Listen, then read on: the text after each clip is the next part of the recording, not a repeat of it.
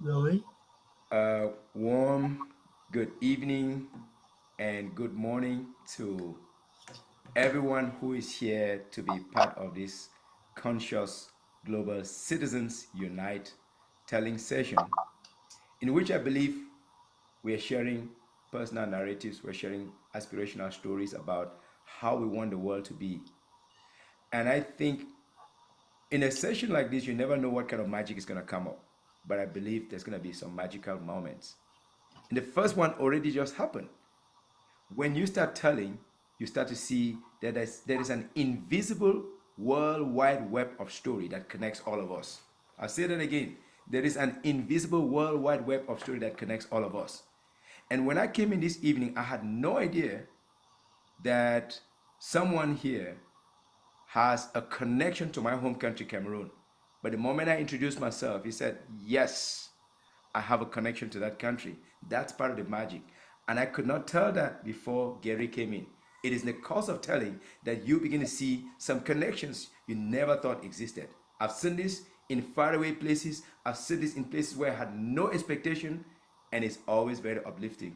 The power of the human spirit and how we're all connected, conscious, global, citizens at large, on the move, doing things, changing, trying in our own little ways to make the world a little better place. And I'm so delighted, I'm so honored. Thank you so much for making the time. And thank you for the audience, for the people that are coming into to listen. Who knows, next time maybe they'll be telling. So I'll be the first to tell a story about the three things you need before you leave home. But because I'm the host, I'm going to let Gabriella introduce me a little bit. Gabriella, what do you know about Gideon? I know that Gideon is an amazing storyteller, Okay. a wonderful father and husband, and he travels the world to help people and speak the truth. Thank you. Wherever you go, whenever you go, never hesitate to take these three things. Number one, your passport. Number two, your credit card. And number three, your sense of humanity with your hand gestures. You need a passport to get into the country. You need a credit card to stay in the country. And you need your goofy humanism and your gestures to be able to take some good memories away. So come with me to Erbil Ainkawa Street in Kurdistan. Year is 2013. We're standing on a street, beautiful street, northern territory of Iraq. We see an older gentleman wearing the traditional Kurdish attire. Man, he looks so authentic. I am from Africa. My friends are from Europe. We love to take a photo with this gentleman, but nobody knows how to speak Kurdish. So what do? Are you going to go wave your passport in front of him? That wouldn't mean a thing. Are you going to show him the credit card? That wouldn't mean a thing. I, the goofy one, I walk up to him and say, sir, please, please. I do not know whether he was going to understand my hand gestures and whatever I was doing, like a pantomime crazy artist. But he smiled at me. And the next couple of minutes, my friends were clicking away, clicking. And they who did not even have the courage to ask him, they started posing with him. I felt a deep sense of human connection, thousands of miles away from home. This is someone I did not know. Yet he wrapped his hand around me, made me feel so much at home, like I was meeting another gentleman in my homeland. There was no sign of I don't care where you come from. There was a sign of humanity. There was a sign of warmth. And I forever carry that moment with me wherever I go. So you may be thinking, oh, maybe because that is in Iraq. No, this is a worldwide thing. 2014, I was visiting Shanghai, China. I'd had a good time, but I was beginning to run out of money. And I thought, you know what? Very confidently, I went to the ATM, tack, tack, inserted my card. Guess what? The ATM, very unlike I was expecting, All the characters are in. There's not a single word in English. I was expecting to see some words with English so that I could know what to press and what to get. I could not get money. And I needed money to do my shopping. I needed money to do whatever I was trying to do. I did not get money. I had just very little with me. I could not call my friends in Singapore. I could not call Michael in Singapore and say, hey, bro, I need some help. I'm at the ATM in Shanghai. No, it was too late. There was no way. I was stuck. Yet I had a credit card in hand. Who cares about a credit card if you cannot get money? So, you know what I did? I was supposed to take a cab from Shanghai to the Shanghai International Airport. I can speak a couple of words in Mandarin Chinese, but not enough to really hold a conversation and explain to the gentleman that, you know what, I need help to get to the airport, go into the terminal, draw money from there, and then give it to you. But I went and did some stuff. I said, well, yeah, oh, but I tried to explain something in Mandarin Chinese. It didn't go very well. He looked at me, he smiled, and I used my gestures. I said, oh, yeah. He knew what I was talking about. He knew I was saying, I want to go to the airport. Took me to the airport. And here's the best part, ladies and gentlemen. We got to the airport. I said to him, please wait here. Let me go inside and draw money and come back out to you. He smiled. He said, go. He did not show a single sign of doubt. He did not express any doubt at all. And I know how urban folks can think. I went inside. I drew the money, and I drew enough money, plus what I needed to give him as a tip. I came back out. I gave it to him, and I thanked him. We hugged. We took a photo. And I, one more time, was reminded about the power of conscious global citizens. That wherever you go, whenever you go, you need your passport, you need your credit card, and yes, you need some hand gestures. Thank you so much.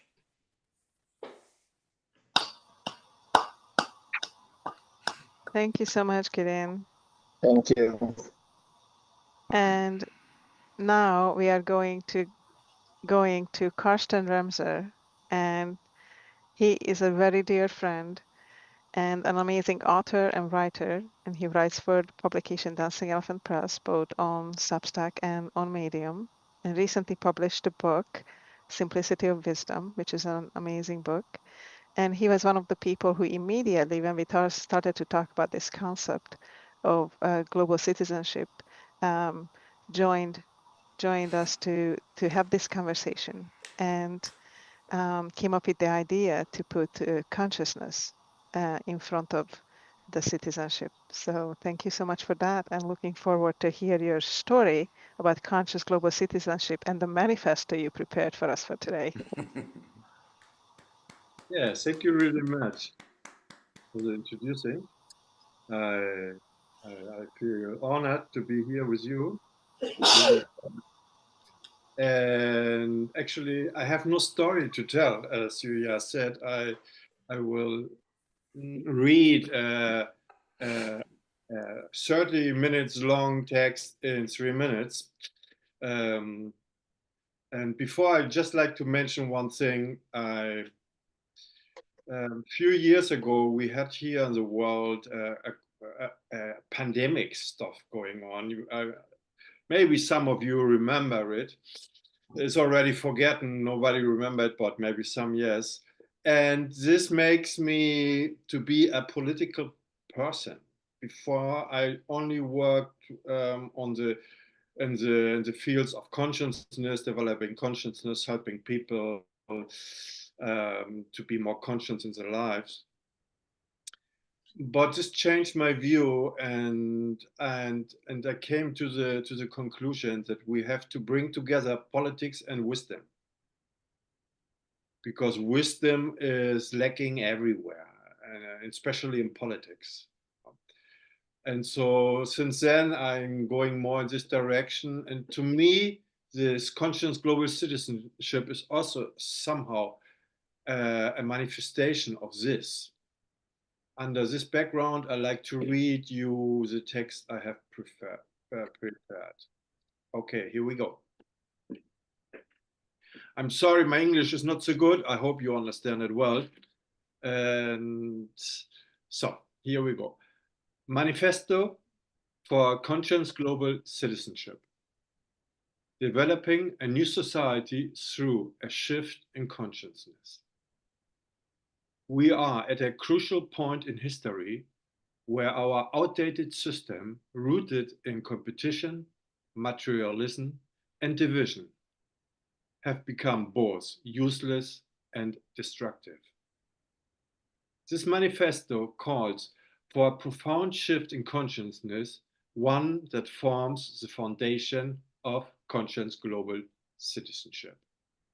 We have to come together to lay down a vision for a new interconnected society built on peace, empathy, and sustainability. The new society is guided by the principle of an integral and holistic consciousness, where individuals recognize their responsibility for all life forms and the planet. In this society, empathy, compassion, and commitment to the common good replace self-interest and short-term thinking. Through a shift in values, we foster a world that focuses on well-being over profit, cooperation over conflict, sustainability over instant gratification. Each individual acts as a steward of the planet and to the planet, contributing to a community where harmony and respect for all beings are paramount. This transformation does not come about through policy shifts only. It requires an internal change, a collective movement toward unity and deep understanding. This shift in consciousness begins with a fundamental reimagining ourselves in relation to the world. Conscious global citizenship means seeing ourselves as interconnected parts for greater whole. This transformation has a profound consequence. It moves us out of the center of life, replacing life itself at the center. In our current collective consciousness, we think that life is something we have, something we own. In the new understanding, we realize that we are life itself, expressed in human form. We are life, not as separated identities, but as essential parts of the greater cosmic dance. This shift aligns us with an integral, holistic, and non-dual consciousness in harmony with life. Imagine a world where we collaborate with people and caring for the earth as we do for ourselves, and where progress is measured in peace and serenity of everybody. In this new society, peace becomes a natural state, grounding in respect and harmony with nature. This vision of global unity is within reach if we collectively embrace conscious global citizenship. Our journey towards this future requires action from each of us. By practicing compassion, awarefulness, mindfulness, and responsible decision making, we each contribute to a peaceful and sustainable world. Together, through this shift in consciousness, we can build a society that values life and makes the earth a garden for all life forms. Thank you.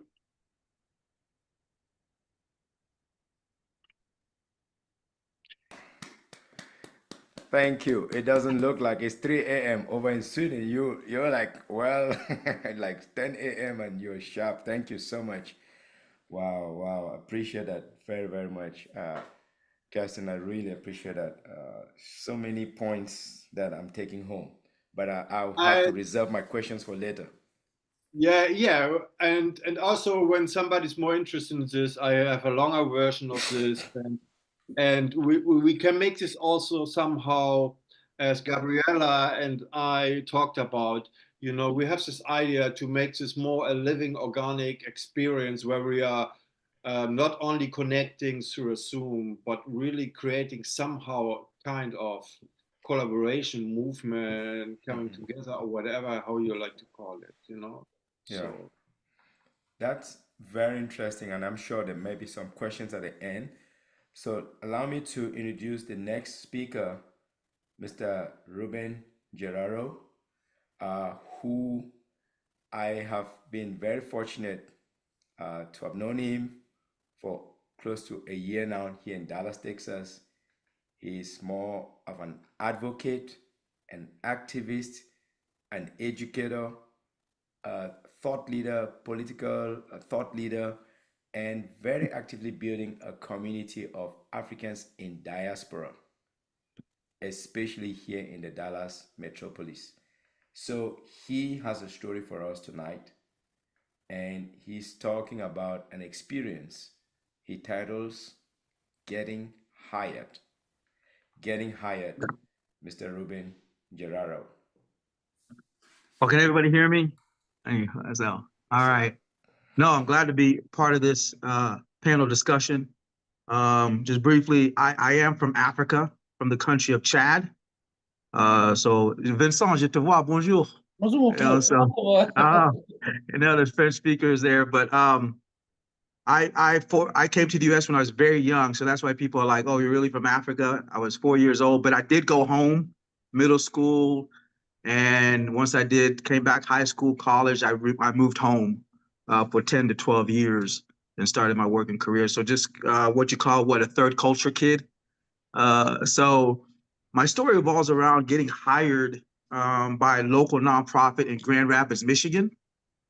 So I was looking for work, and this was a semi-large nonprofit in Michigan, and what they did is a lot of community outreach.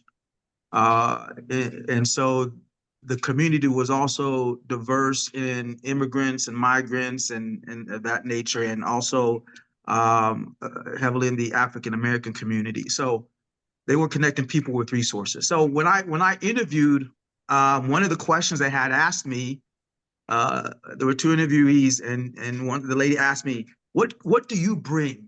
What can you bring to our organization? And the organization was called Link Up.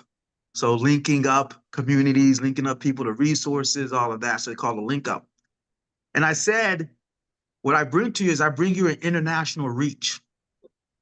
And the lady was like, looked at me and was confused and said, nobody's ever given us that response.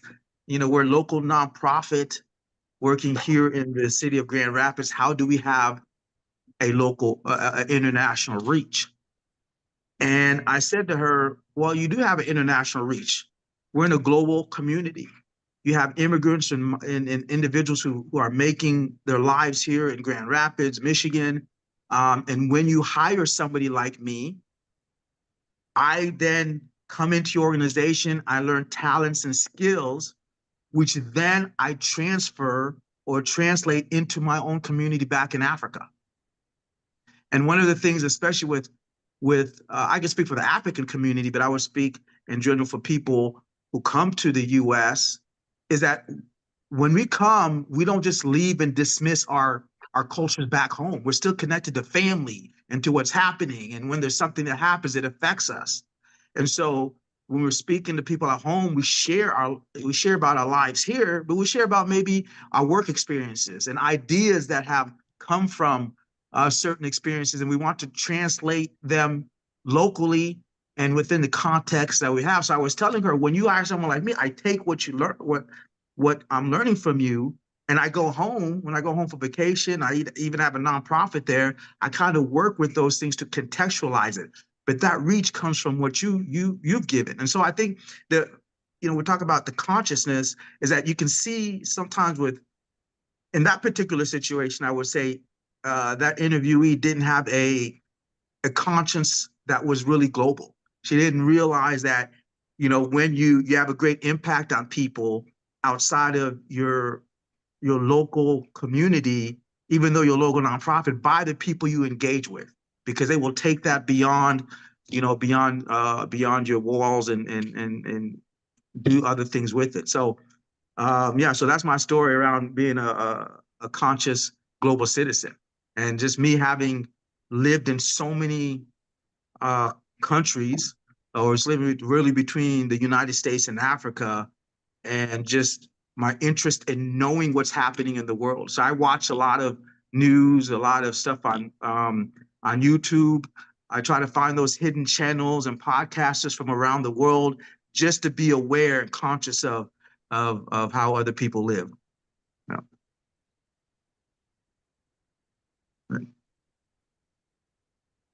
That's it. Thank you so much. Yeah. Thank you so much. I'm sure if there's a question, it might come a little bit later, but you are helping me to see that there's a link between local and global. Maybe for some people it is visible, for some people it's not very visible, but you are reminding me that there's a tiny line that connects local to global, and we must keep looking for that if we want to be conscious global citizens. Thank you so much, Mr. Ndjerarou. Mhm. Our next teller is going to be Dr. Gabriella Horosi. I met Gabriella in Seaside, Oregon, round about 2020. Yes, I think it was in spring of 2020. And she and my wife work at the same hospital. But more importantly, when I met her, she really came across as very person with a unique mind, a person who is very thoughtful, who's a very good listener. And then we started to identify that we have common interests in writing, common interest in human issues, common interest now in telling or sharing. And so Gabriella is super versatile, but I know above all that she is someone with a big heart for whatever happens around our world. And she's a very conscious citizen and a conscious teller. Gabriella, why don't you share your story with us? And let's learn something from you. So I was thinking to connect writing and kindness, and then I was all of a sudden, as the previous speaker was talking, I was just thinking how even just looking in this room, it shows how global everything can be through technology. And how I met you kind of by chance, and then we still stayed connected. And then I have met other wonderful people through writing, like Louis Harrison, who's going to be speaking soon. And really soon I'm going to visit him and meet him in person. I'm very excited. And then I met people to writing in one platform. Then Louis invited me to then other platform. That's where I met Dr. Gary and Dr. Hans, and and I met Karsten through the previous platform where I was writing on Medium. And then people live all over the world globally, and yet we can come together and talk about things we're interested in. We can read each other writing. We can write. Many of us have written books together and collaborated together. And it can be just so simple, just to be there for another person, just to show kindness, so show some caring for the person, feel that connection, what like you were talking about before, have that conversation, listen, and share the stories together, just like what we are doing right now, right here. And I feel really grateful that I have been able to have many wonderful conversations with Louis, with Dr. Gary, with Dr. Hunt, Karsten, all wonderful people, that we can come together and show how, even though we are different, we are also same. We can bring out that humanity, that connection between each other. And I think the more of that we have in the world, just kind of that understanding. It doesn't matter, that goes across. It doesn't matter what religion, what color you are, where you're from. You know, I mean, if we look at our genetics, we are so mixed anyway, at least I am. So, and I'm sure many other people are. What matters is that we can understand each other. As you were saying in the beginning, there's that common language. Even if you don't speak a language, we can understand each other and be there for each other and just be a kind human being who cares for another person. And I think simple things, if more and more people do simple things like that, just being there for another person and not looking at the differences. Differences can be good because you might be excellent at something that I'm not, so I'm grateful for that. But just to be genuine and kind to each other and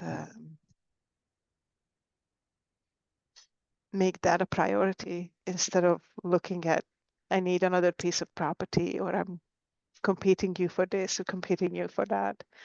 You know, so I just think being kind and sharing our stories and building a community of support for each other, instead of competition, is one of the ways to go. Listen to the heart and be kind. That's my story.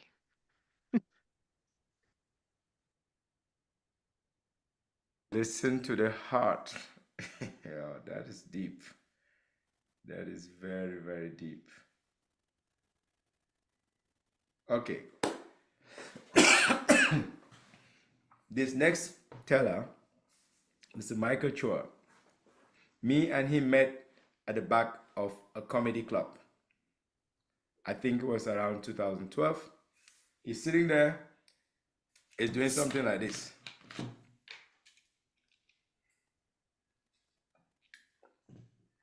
I'm also doing something like this.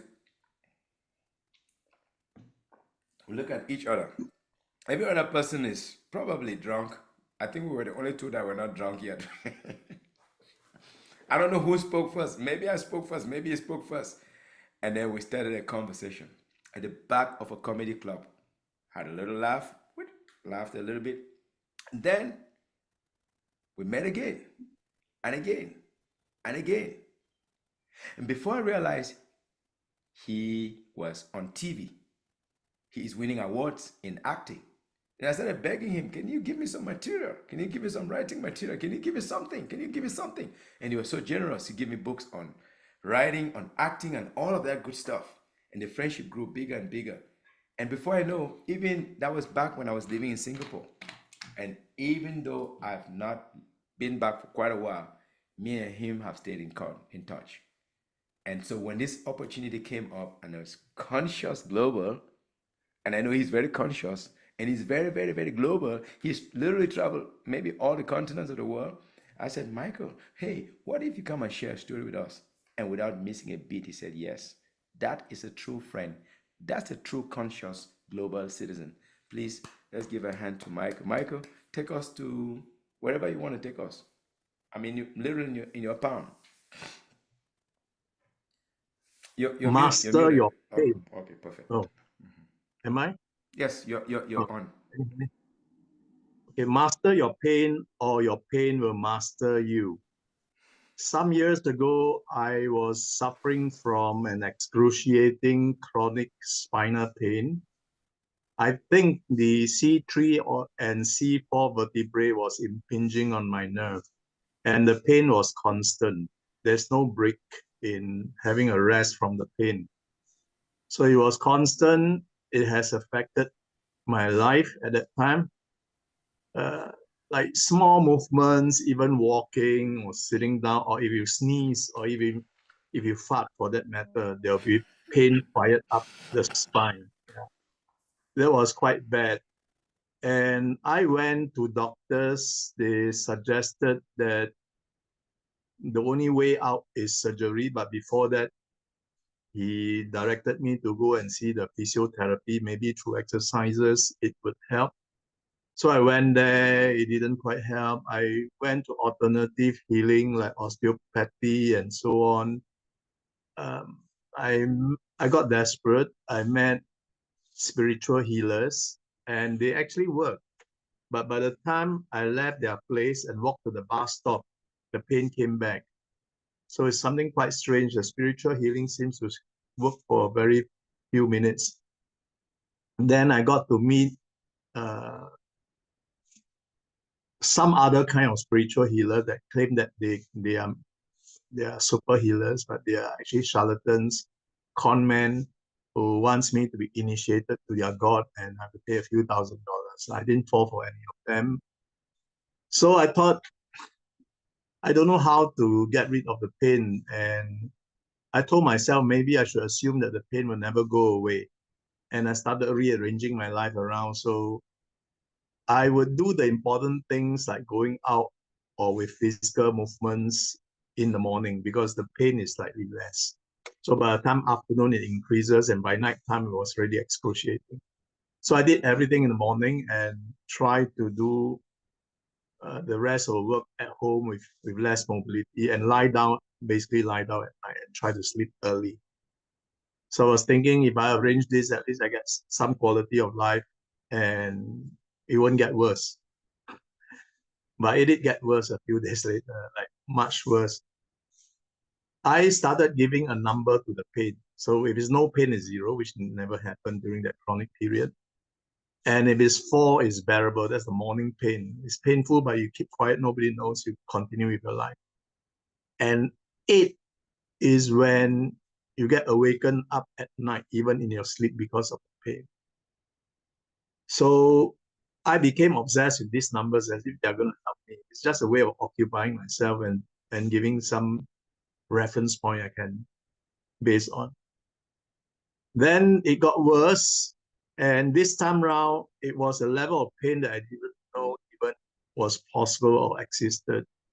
It was probably a level 12 or 13.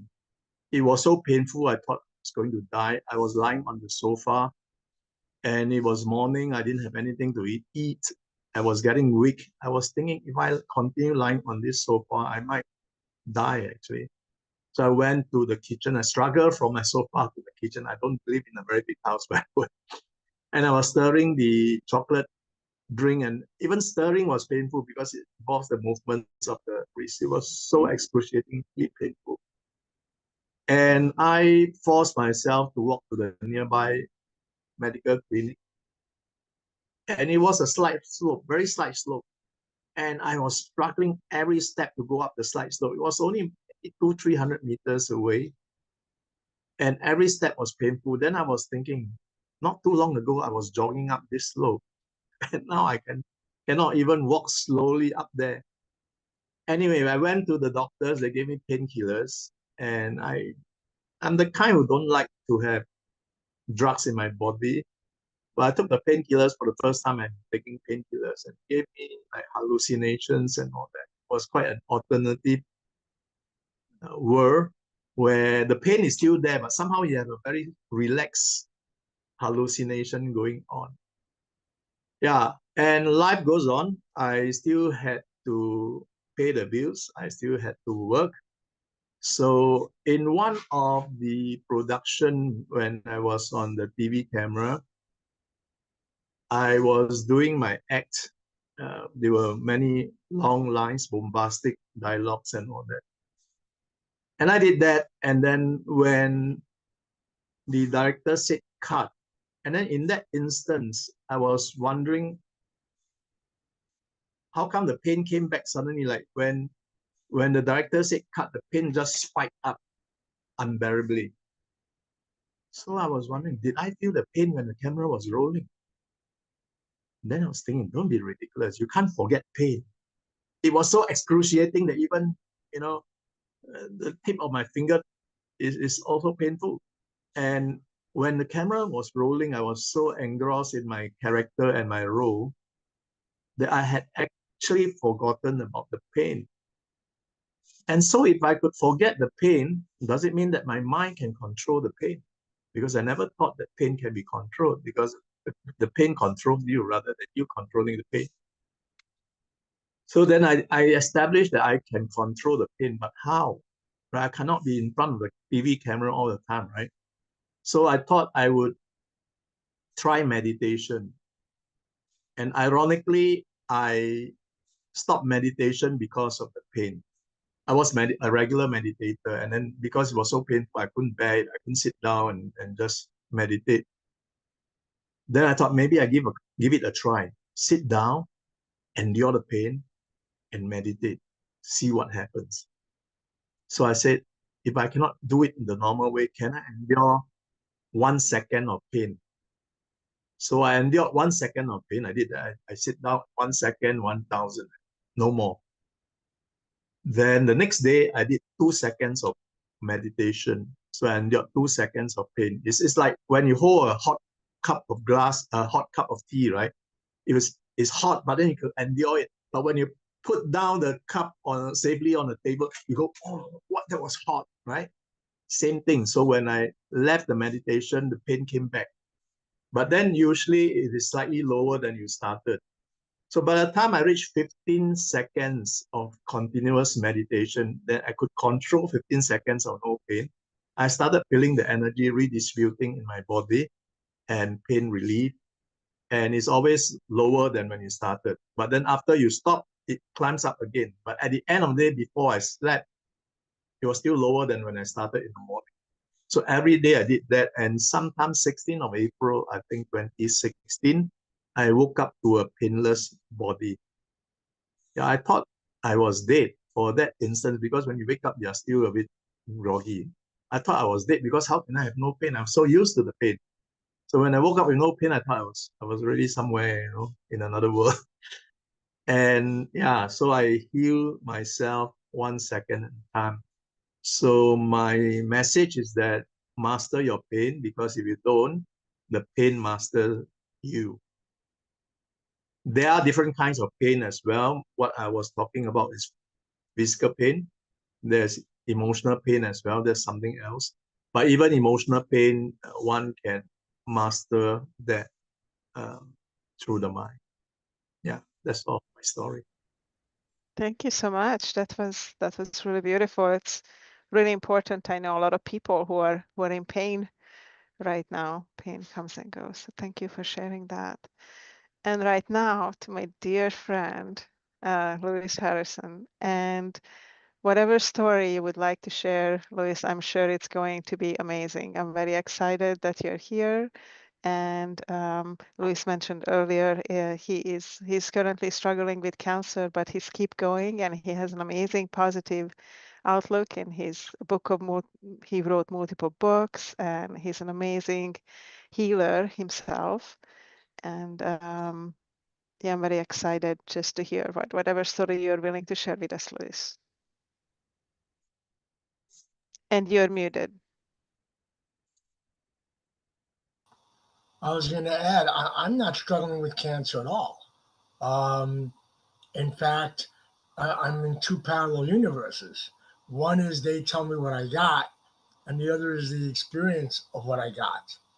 And except for the fact that I do get dizzy occasionally and weak in the afternoon, and also to acknowledge Michael, how they discovered this was I had agonizing pain in my left leg. And that matches this description of his pain. And it turned out it was a tumor on my sacrum they could not isolate. And they were going to do radiation on it, and they couldn't find the tumor, but they knew it was there.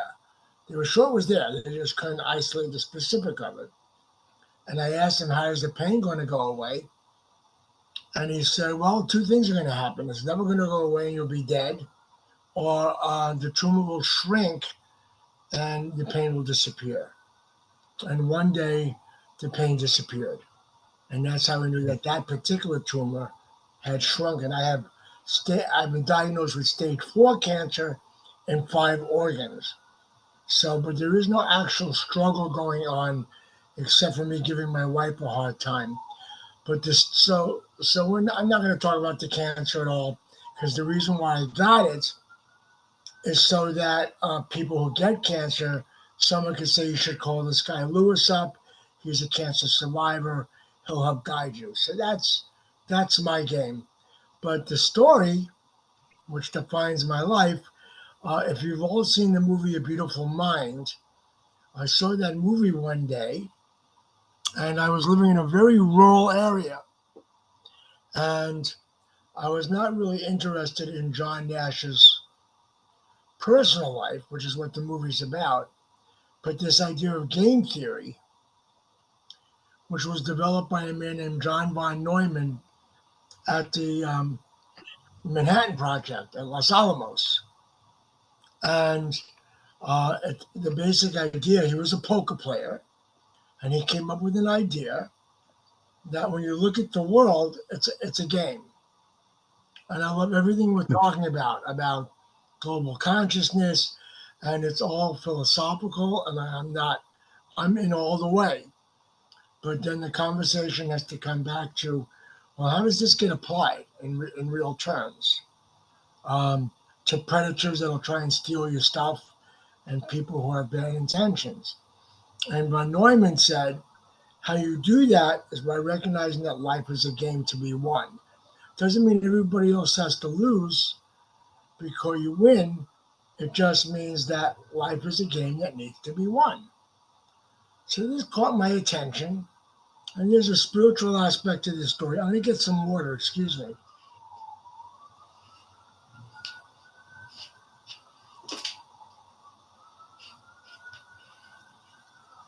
So this story, it's a good story, and it's a true story, but it's a little mind-blowing.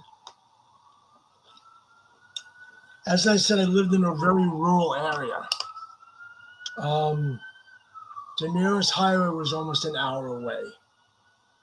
And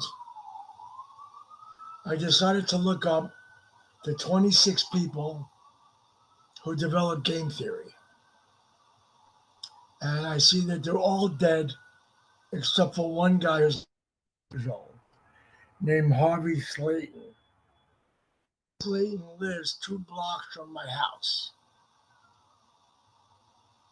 So I have to read this again and again, that this guy, the last living person to develop game theory, physically lives 2 blocks from my house. Now, if this is not the intervention of angels, I don't know what is. So I walk to his house. I knock on the door. He opens the door. I say, "You Dr. Slayton?" He says, "No one's called me that in 35 years. And I say, in all seriousness, and by the way, at this point, game theory has already won 22 Nobel Prizes. I tell him that all the people who won the Nobel Prize were wrong. It's pretty arrogant. And rather than kicking me out, he says, "Why were they wrong?" And I said, "Because game theory is based on the idea that a person who strategizes is a rational thinker. But human beings are not rational thinkers. They're emotional thinkers. They're irrational thinkers. And unless you integrate emotional and rational thinking, you're missing the whole game." He smiles, invites me into his home, and trains me. By the way, I'm looking up because I have a big screen TV. That's why it looks like I'm not looking at you, that I'm looking up, just so you know. I'm not being rude. So he trains me for 3 years in the physics and mathematics of classical game theory. Says no one's going to respect me because I don't have a graduate degree, but I'm going to change the world. And then anoints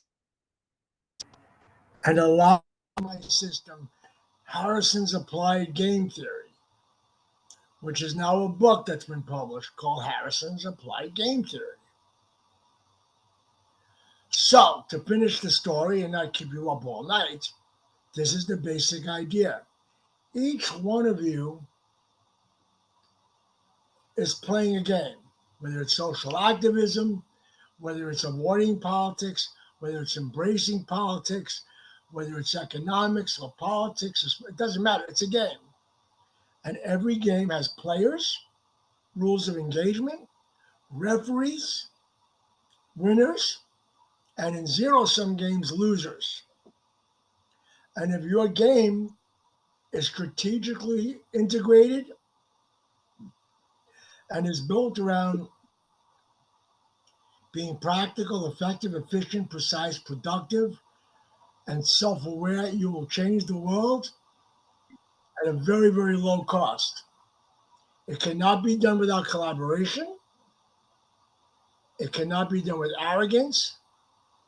And you have to get mentored by 4 different people. 1 pushes you up, 1 pulls you up, and the other 2 are underneath your wings to keep you from falling sideways. So once a person decides to use applied game theory, or humbly Harrison's applied game theory, as a way to develop their life choices, there's no way they can lose. And that's what I'm doing right now to my cancer, is that I'm dealing with 2 types of negative thinkers. I'm dealing with doctors who are masters of targeted assassination of cancer cells. That's what they're good at, and they're masters. They can tell you how to use a chemical to kill a cancer cell, but they can't tell you much of anything else. And then there are the holistic know-it-alls who called me up and said, I can't believe you, 40 books on holistic medicine, you're going to do chemotherapy? And I say, well, why wouldn't I? And they say, because it's poison. And I say, where'd you get that from? They read it in an article, a 30-year-old YouTube video of somebody who got something to sell. So I'm creating a program called Integrative Healing.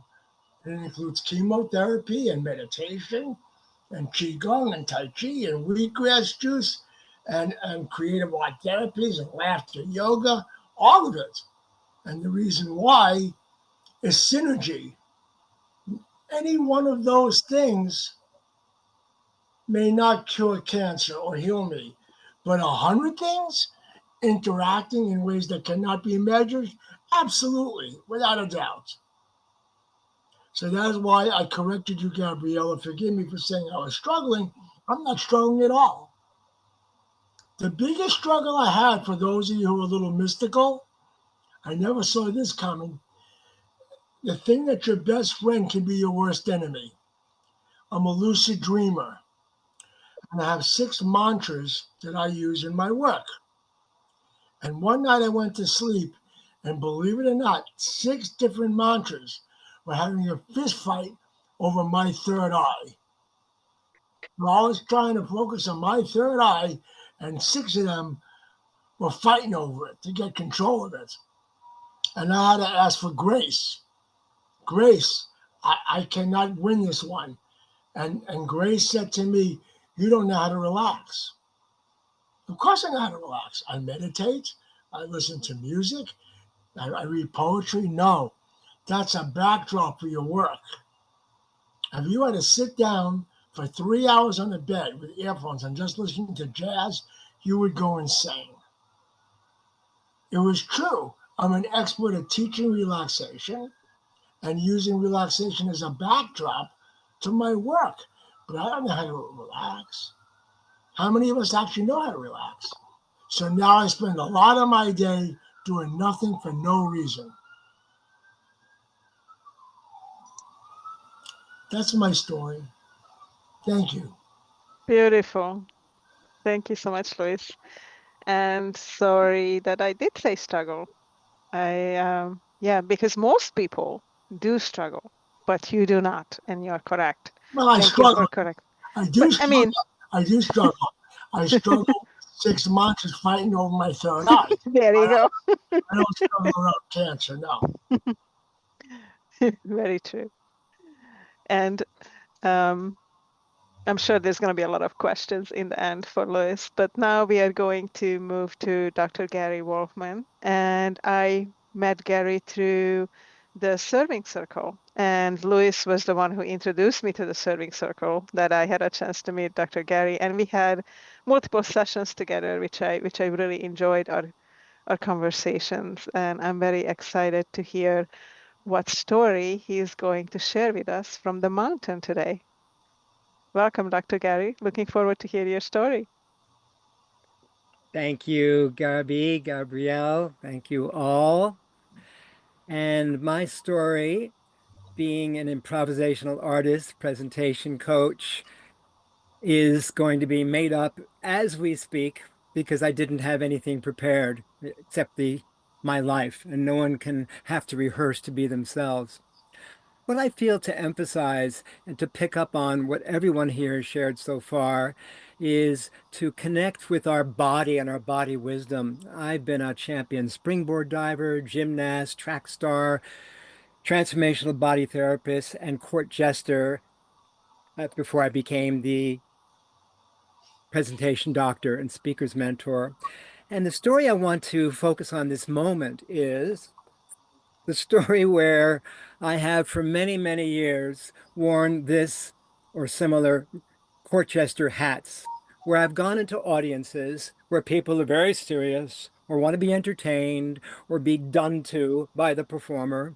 And being the conscious being that I art, yes, I'm aware of what I'm saying, uh, I've developed a way of connecting with people in my travels around the world and in specific locations, parties, at particular events, now an online coaching online, as well as an interactive performance art that I still love to share. One day, I was in Hawaii wearing a similar hat like this. I was in my early 30s as charade la charade, court jester, storytelling improvisational artist. And I shared some of the living legends of Hawaii to some people at a place called the Colony Surf restaurant. It's one of my favorite restaurants. I love to eat there in the morning, go swimming right afterwards, right there in Waikiki. Months later, just after doing this performance, I had no idea I was even connecting or touching people's lives. I met someone at a networking event. She turned to me. She said, "I recognize you," even without my hat on. And she said, "Yes, you were performing at that event and you turned my life around." I said, "Oh, come on. I was just performing." She said, "No, no, you weren't just performing." I get tears in my eyes when I think of this. You were engaging us with your full-bodied expression, with your gestures. Thank you, Gideon. With your vocal sounds, with your ability to have us participate and come alive in our own authenticity, to wake up to our own anger, pain, shame, blame, and joy that was buried inside. This is how I see people. From the years that I first had a lot of the transformational work given to me, out came the unraveling of all this physical tension. On one layer underneath that, all of the emotional self-talk that kept my tensions and holding myself back, as so many souls do, in place. And then out of that came these gifts of vast creativity that I've been ever since bringing out into the world, singing, storytelling, painting, dancing, interacting with people as they've never been able to interact with their own inner unique core before.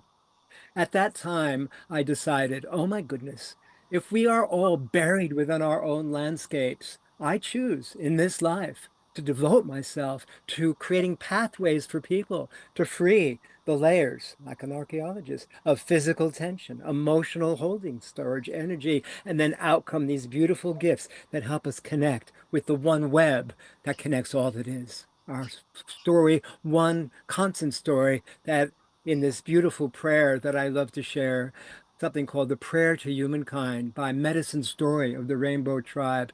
He's in this beautiful story, in this beautiful poem, he's basically saying that we our stories are all one cosmic story, that we are love indeed. And if the love in me were to recognize the love in you, hello, we would recognize each other and rejoice.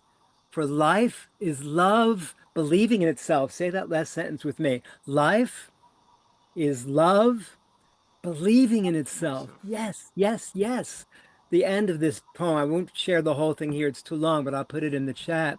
The last phrase here is, above all, let us let the children out, not just the children outside, but the wounded children inside that were once magical before we decided we weren't good enough, or whatever stories we made up that were absolutely untrue, to be able to have blind loyalty to those that were oppressing us, that were giving us attention. No, above all, let us let these children out. Break the traps of fear that our fathers, mothers, teachers, lover, whoever gave to us. Set them free. Give them trust to play and grow and question and dance and play and sing and to build with them. Reach your hands with me. Let's make a rainbow arc together. Let's feel our connection. Build with each other a rainbow world of endless love. For love is life, believing in itself. Say that last sentence with me. Love Love is life, like believing believing in in itself. itself. Hear, O humankind, it ends the prayer of my heart. This is one of the most touching stories I love to share with people. And in these days, in doing presentation coaching online, because I'm on the top of a mountain, 2 hours away from the nearest city, 550 meters above sea level, I love this opportunity we have as global citizens to connect as never before. Louis, I met you in our mid-20s in the 1970s. I've known you for over 50 years, my friend, and life goes on. It is such a joy to be able to connect the dots as we are right here. In connecting the dots as we are right here, one of the things I want to, as we go towards closing my share here tonight, whatever time it is for you, this moment, all the time in the world, is to realize that when we combine our verbal words, our vocal sounds, and our visual delivery in an alignment, then the ability to impact people with our message, our true depth of connection and caring for all of life itself, not just my own individual, what matters to me, isolated, all of life itself, because life is at stake right now, isn't it? Life itself is at stake right now. Then we make the difference that we're here to make. I'm going to end with us practicing one of my favorite tools and exercises that puts it all together. Everything that we've all been sharing that connects our verbal words, our vocal sounds, and our visual delivery in these 3 sentences, using all of our bodies to say this with me. As I say these words, please say it in return. Those of you who are watching and in the replay, please watch this in karaoke style, practice along so it becomes fully embodied in your consciousness and your connection with every thought, every word, every action. These sentences, please say after me with your body gestures matching your words. Sharing my caring is my strength. Sharing my vulnerability is my strength. Sharing my vulnerability is my strength. Sharing our common humanity is our developing strength. Sharing our common humanity is our developing strength. And this is where it all begins. This is where it all begins. Thank you. That's my share.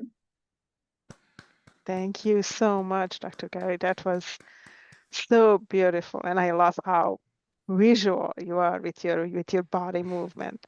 So engaging, and it's so amazing. I'm really grateful that you shared this story with us. Thank you so much. And today, last but not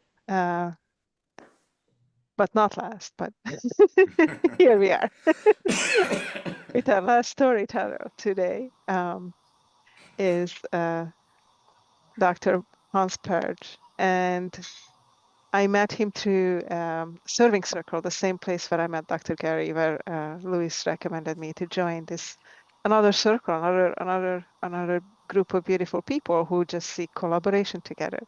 And we had a chance to have a few meetings and some wonderful discussions, and we found out that we are both really compassionate about health and wellness, and started collaborating together to build healthier communities.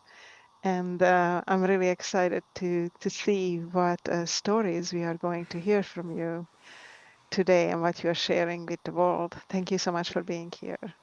Thank you so much for the invite, and thank you all for such wonderful stories. I see Gary, so there. Thank you, Gary, and thank you, Louis, for just that wonderful game theory. I look forward to hearing more about it. I'll start off with one of my favorite quotes from from the Irish author called George Bernard Shaw, which goes like this: "This is the true joy in life, being used for a purpose recognized by yourself as a mighty one, being a force of nature instead of a feverish, selfish little clod of ailments and grievances complaining that the world will not devote itself to making you happy. I'm of the opinion that my life belongs to the whole community, and as long as I live, it is my privilege to do for it what I can. It is a sort of splendid torch which I have got hold of for the moment, and I want to make it burn as brightly as possible before handing it on to future generations." It's something I really resonates with me. So my background is biomedical research and pharmaceutical drug discovery. I am a bit of a global citizen too, like people like Reubem shared. I was born in Germany, grew up in Ireland, and then spent most of my working career in either in the States. So I joke I've got German genes, an Irish temperament, and an American live free or die approach to life. So don't please mess with my liberty. Because if liberty means anything at all, according to Orwell, it is the right to tell people what they do not want to hear. I loved all of the energy here, counting on, supporting the concept of global consciousness, and we are all connected to that global consciousness. I like the concept, though, of thinking global but acting local. There's a wonderful phrase in the German world that I learned years ago: is everyone swept the steps in front of their door, the whole neighborhood would be clean. And that really is at the heart of the grassroots movement of a project we started nearly 3 years ago called the Healthy Neighborhoods Project, which is a project to create healthy and connected communities. So you wrap a village, like in Africa, you wrap a village around a problem. You wrap a village around the issue of health. Because if we don't have our health, it's a struggle, or it's a challenge, as Lewis would say. Challenge is an embrace the challenge. But if we all had little healthy neighborhoods, the communities would be healthy, then the cities and the villages would be healthy and slowly would ripple through the world. And within that, we have to have just a simple mission to create awareness. I sometimes joke, I'm not here to convince you of anything. My obligation to my fellow man is to create awareness of things that I think are valuable to you, certainly are valuable to me. The joke is even God doesn't have time to convince. That's why he gave us free will. Once I have created that awareness, now you have a choice. And a perfectly valid choice is to do absolutely nothing. And I really empathize and sympathize with Lewis's condition now, where you have the doctors on the one hand saying this is the only way, and the holistic practitioners on the other hand saying you must be crazy.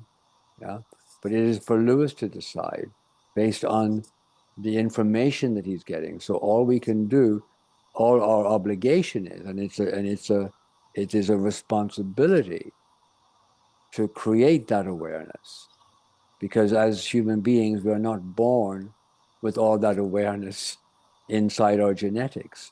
We have to learn things over and over and over again. And if we look at the history of human beings, it's sort of a litany of making the same mistakes over and over and over again and having to learn it over and over again.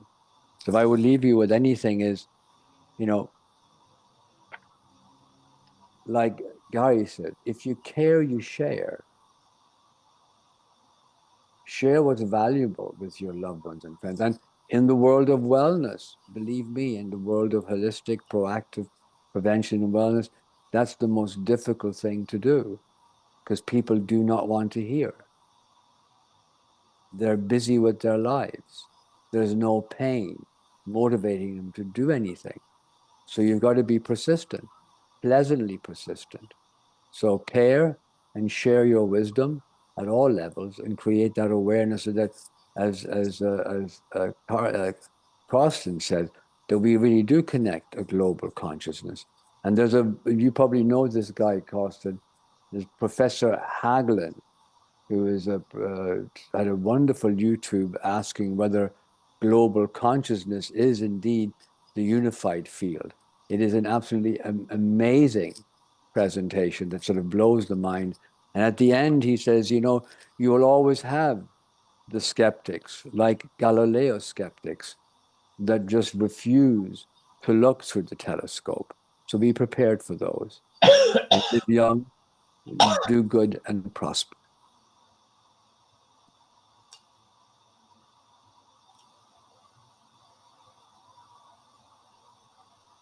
Thank you so much. That was beautiful. And I think it's time for questions, Gideon. Yes, we Okay? can do questions, we can do comments, and our goal is we have another 15 minutes to wrap this up. But for me, I'm filled with joy. And that joy is not empty joy, it's the joy that says, you know what? Even when there's pain, there's hope. And I see the connection there between two gentlemen, one in Asia, one in Canada, who came together today, not recognizing that there are different forms of pain, and yet there's a new optimism that it can be conquered. Maybe you say it's through mindfulness, maybe you say it's through belief, but there is uh, an invisible line of hope there. And I also recognize that I have learned so much that from the heart to the hands to the head, there's magic happening because almost all of us talked about heart. Almost all of us talked about the hands in sharing. Almost all of us talked about the head because it produces consciousness, and we need that consciousness in one small way to reach our neighbor and sweep our front door and sweep and clear our own entrance so that the next person can learn from it and be better and be better. And I am very optimistic that this was a special moment in which we realized there's so much in all of us that if we just continue sharing this, many, many more people are going to benefit from it. But I want to open up for questions and not editorialize or make a comment, but I was obliged to make it because it was so good. It was so touching to me. I could not help but acknowledge the greatness that I have felt listening to each one of you. There must be a burning question somewhere. Gabriella, you want to pick? You want me to pick? Or and Vincent left. He said he got an emergency, but he really enjoyed the stories and inspiration behind them all. And that's what Vincent left for us before he left. Okay. I truly enjoyed all the stories, and I think we could have this conversation probably going on to many, many more hours. But I really appreciated how each story just somehow connected to another. Like as you were saying, like there's multiple people shared parts of the stories that you could find also in another story, which is always amazing when we come together like this. And I just really appreciate from people from all over the world connecting like this. I think that this is truly, truly magical. And I don't know if I can think of like a specific question. My head is just like so full with all these amazing stories that we heard today. So I Uplifting, don't know. uplifting, uplifting. And there's a prayer inside there. So I downloaded it. In a way, we've been praying for each other in some small way to connect the dots, but not leave it at us. We need to connect it with the next person and the next person and the next person because we never know the power of what we have until we start to try it. I mean, I could not look at what Lewis talked about. A guy living two blocks away from you. Could you make that happen? No. Could I make this happen today? No. It happened. The universe has a strange way of connecting people. All right, Gary has a question. Yes, Gary. I don't know Yeah, to whom I've that's been going, but sitting with this. Thank you. I've been sitting with this question ever since Kirsten, you shared your beautiful poem piece, which prompted me to bring out that prayer to humankind piece that I didn't want to read the whole thing. But even though English is not your native language, we all have such unique gifts being ourselves fully and completely. What I wanted to ask you, what I've been asking myself to ask you, even if I didn't have the time to ask you this question, is if you were to take that point that you gave and give an example, a personal example of how you in your own life have demonstrated that, walking down the street, finding someone 2 hours away, something, just something that gives us a bit more of a visceral, visible, tangible connection with you. I would like to have that happen. What can you tell us as a personal example that brings your story to even greater life?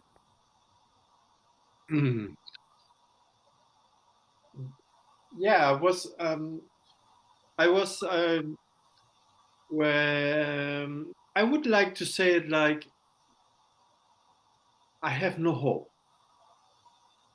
You know, I have no hope because through I mean a little bit to understand it, my how I get to this. I was born with a genetic condition that makes me depressed because my brain is not producing enough serotonin. I mean, serotonin is a hormone. Maybe we all know what makes us happy or what makes us relax and with much more functions.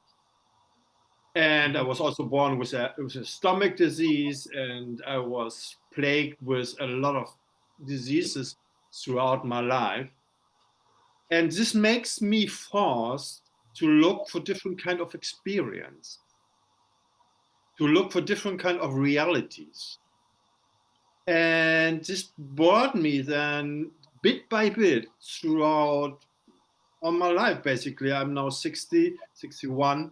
And with the time I grow up with a steady persistence, focus on wisdom, on learning.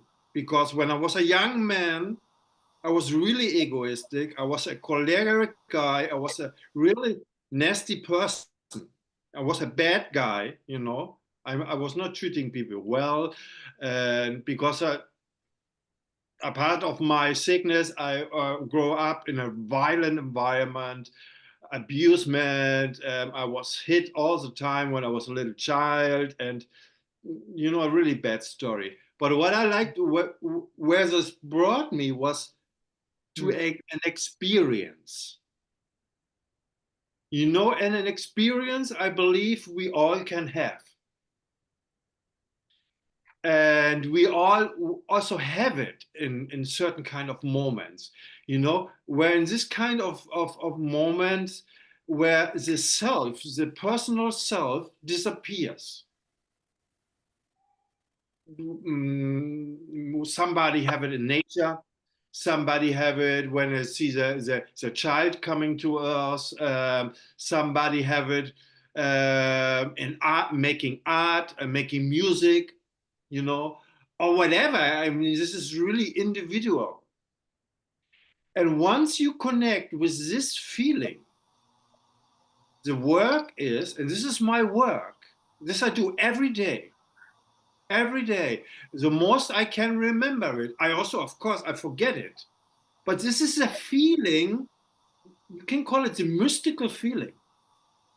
You know, when all the mystic tells about. And this feeling changed us from so deeply inside that we feel that we are life itself in a human being. And when we experience this, not as a mental concept, I mean, the mental concept is nice, it's good to have an understanding. But what it's really about is this experience inside of us, what goes beyond words. And this is, I think, what really makes me change, and what is the gift what we all can cultivate independent about our background, about our intelligence. We don't have to be a doctor, and there's nothing against the doctor, of course. Everybody can have this, you know. And this is really, when we get in this space, we know all is fine, all is at peace. There's a basically goodness in life that is above all our madness. And this basically goodness is in everything. And by feeling this inside of us, you know, I don't need hope. I don't need positivity, because I feel this grace, this intelligence inside of myself. Not constantly, because I'm not a master, I'm not a teacher, I'm just an ordinary man who was gifted throughout work and throughout knowing people and reading the right books and all the wisdoms traditions, you know. And this is, I think, what we can cultivate and what we can share, and what really makes a difference in the world. But because when we get in these fields, because this is a field somehow, then really we can make this place a garden. Thank you so much, Kirsten, for bringing your message to life. That's exactly what I was praying for. Beautiful. Thank you. Thank you really much for asking. And I mean, it's all about working, you know, to falling down again and to getting up again, you know, and to don't take it personal and just go, you know, and just live, you know, it doesn't matter what it comes. Yes. Thank you so much. And Thank you Lyra, very much. Yes. Lyra from, I think, California has a comment. She is a podcaster. She is someone who is searching for the truth in many, many different ways. And I acknowledge her work. I've been a part of her circle, and I invited her. She said she has a comment. Lyra, you wanna give some screen time and ask your question or make a comment to the entire circle? This is it's a virtual circle. We're around the virtual fireside, so to speak. Yes. Hello. Good morning, afternoon, evening to everyone. I'm not sure where you are. I hope everyone is doing well. You know, thank you so much for inviting me. Before I go into my comment, I think I am extremely blessed to be here. This has been one of the most enlightened conversations I have been part of the entire year. And I just want to say thank you all, because as a young woman myself, I am someone that is seeking knowledge. Sorry about that. I'm driving, but I do have a headphone. This has been one of those conversations that has opened not only my eye, but also my heart. And I want to say thank you all for encouraging me with your powerful words, and just letting me know that, you know, the fight is not just for one person, but for all of us. So thank you.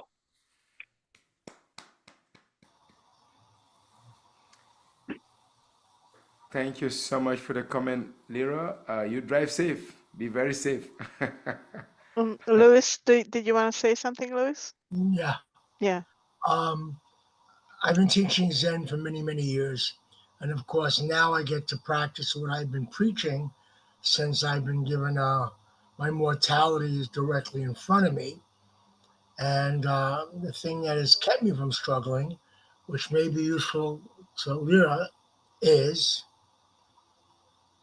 I have found, you know, people talk about mindfulness now all the time. That's the new hip buzzword, is mindfulness.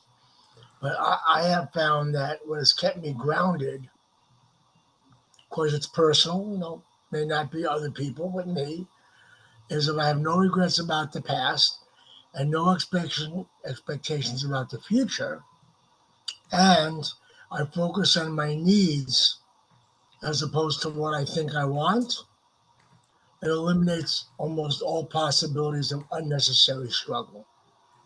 And that's just a thought I wanted to share with her.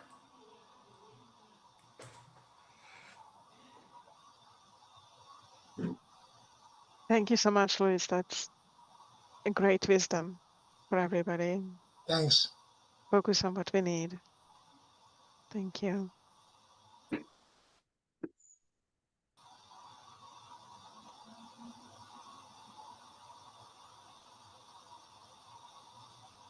Michael said he's got to go. It's middle of the day.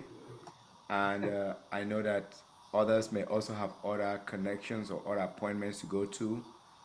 But all I want to ask you, Gabriella, and to all the feature tellers is, let's keep this connection and strive to connect it again sooner than later, so that we can explore different areas of our human connection, our human endeavors, and continue to learn and continue to grow together, if you would be so kind.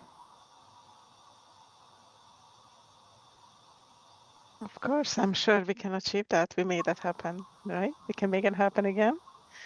Yes. I mean, that's also the idea of global, conscious global citizenship, that to join and to bring together and to share. And I see it like a drop, you know. The ocean is made out of drops, so Yes. each drop counts. Mm-hmm. You know, I know this really well because my dysfunction in my brain is telling me not. But we have so much power in us because we are live, and live nobody can stop live. And so Yes. I think, and I look further that we are doing more of this kind of things. I really enjoy it, and hopefully we see us all soon again. Thank you really much. I'm really blessed. Thank you. Thank you so Thank you, much, everyone. Karsten. Thank you so much. Thank you, Lewis. Thank you to all the tellers. Thank you, Gabriella. We are grateful for this moment, and let's have a great day or great evening or great morning, and let's reconnect again virtually around another fireside, and keep telling and keep learning and keep growing and smiling and encouraging each other. Thank you, thank you, thank you, thank you so much, everyone. Thank you so much, Gideon, for hosting us. Appreciate We it. really appreciate it. Privilege. Bye bye. Bye. God bless you. Life bless you all. Bless you all. Thank you. Thank you. Thank you. Thank you.